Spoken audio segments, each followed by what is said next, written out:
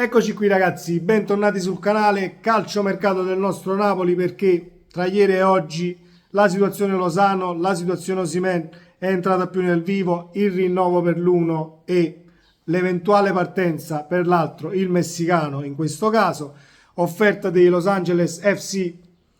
di 15 milioni, si dice sirene arabe rispedite al mittente da parte di Osimhen, almeno a quanto leggiamo, anche se notizia di ieri sera di ufficiale dall'Arabia non è arrivato un bel niente. Ne parliamo in questo video ragazzi, vi dico la mia, fatemi sapere la vostra nei commenti se vi va, iscrivetevi al canale se non l'avete ancora fatto, attivate la campanella delle notifiche così restate aggiornati sui contenuti e se vi piace questo contenuto un bel like che non fa mai male. Parliamo prima di Osimhen, perché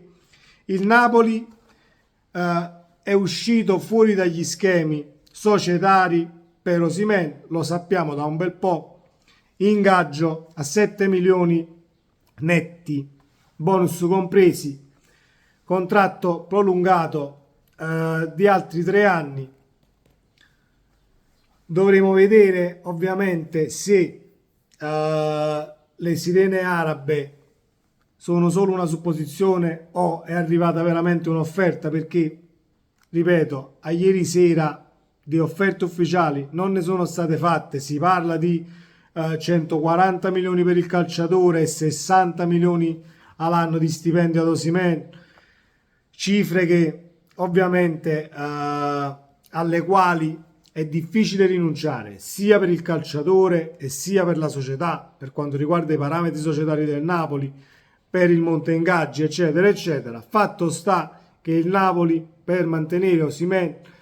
farà uno sforzo non indifferente, perché comunque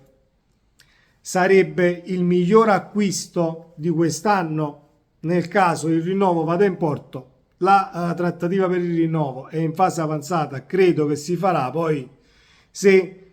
negli ultimi minuti o negli ultimi giorni di mercato perdiamo l'attaccante, allora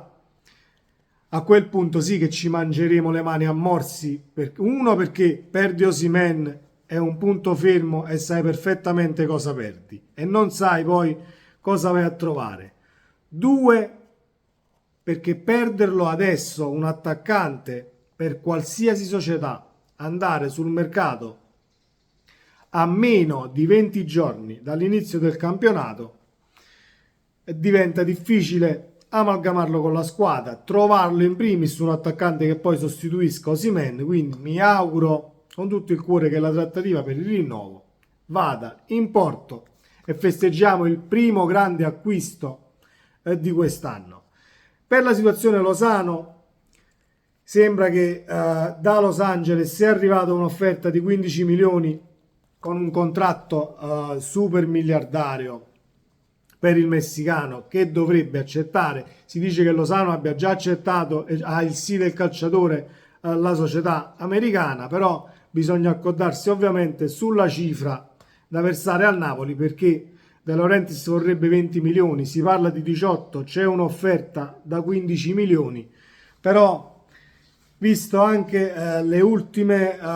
non apparizioni nelle amichevoli, non è stato schierato da Garcia nemmeno a destra, il quale ha provato anche Raspadori, e mi auguro che nel caso parta Lozano si intervenga sul mercato, perché Raspadori a destra schierato è l'anticalcio, non è un attaccante da fascia destra, non lo è nemmeno a sinistra, tanto è vero che se andiamo a vedere anche l'intervista di De Zerbi fatta alla Bobo TV, De Zerbi, che lo ha allenato, dice testuali parole: Raspadori è un attaccante centrale da numero 9, perché non può essere un 10 per caratteristiche, quindi è un attaccante centrale, può fare il falso 9 sicuramente, ha tutti e due i piedi buoni, ha intelligenza tattica. Non tutti i calciatori calciano al volo di prima, stoppa e tira, sinistro e destro non fa differenza, quindi poi tenertelo sulla fascia vai a perdere un grandissimo talento. Quindi mi auguro, ovviamente credo che il Napoli facendo partire Lozano, porti in casa comunque un esterno da prendere sul mercato. Tra i papabili che ho letto ieri c'è un nome che rimbalza sempre, che a me non piace, l'ho già detto in altri video, è Orsolini del Bologna, ma non per il calciatore in sé,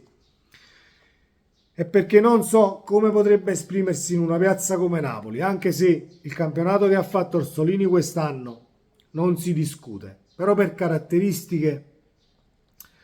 opterei per un calciatore più veloce, un tantino più veloce e un tantino più efficace nell'uno contro uno. Non è che Orsolini non lo sia, però a livello di dribbling uno contro uno comunque non lo possiamo paragonare a altri esterni sulla fascia destra. Il mio sogno sarebbe Jesper Lindstrom dell'Eintracht. Ovviamente è un sogno, 30 milioni e più per il calciatore, ci sono sirene Premier dietro al ragazzo, Tottenham in primis, però prendendo un calciatore come Lindstrom andresti anche a ricoprire i due ruoli esterni dell'attacco, perché può giocare, nasce a sinistra addirittura, può giocare sia a sinistra che a destra, ma può giocare anche tranquillamente al centro, dietro la punta, quindi prenderesti un Jolly e non dovresti intervenire sul mercato per il vice Kvaratskhelia, che a Napoli ancora non c'è, perché poi se andiamo a vedere il vice Kvaratskhelia non ce l'abbiamo ancora, quindi prendere un profilo più camaleontico da questo punto di vista non mi dispiacerebbe. Poi si parla di Tete o Tete dello Shakhtar, io ho visualizzato qualche video e guardato statistiche, ovviamente non parliamo dello stesso calciatore o della stessa caratura di Lindstrom, perché Lindstrom a me ha folgorato tantissimo. Lindstrom è un calciatore che ti punta e ti salta in qualsiasi circostanza, chiunque tu sia, non si fa il problema se tu sia Van Dijk, se tu sei Marquinhos o che so, se sei Armando Izzo, non importa la caratura del difensore, lui cerca di puntarti e saltarti e molte volte ci riesce. Caratteristica che ha anche Tete o Tete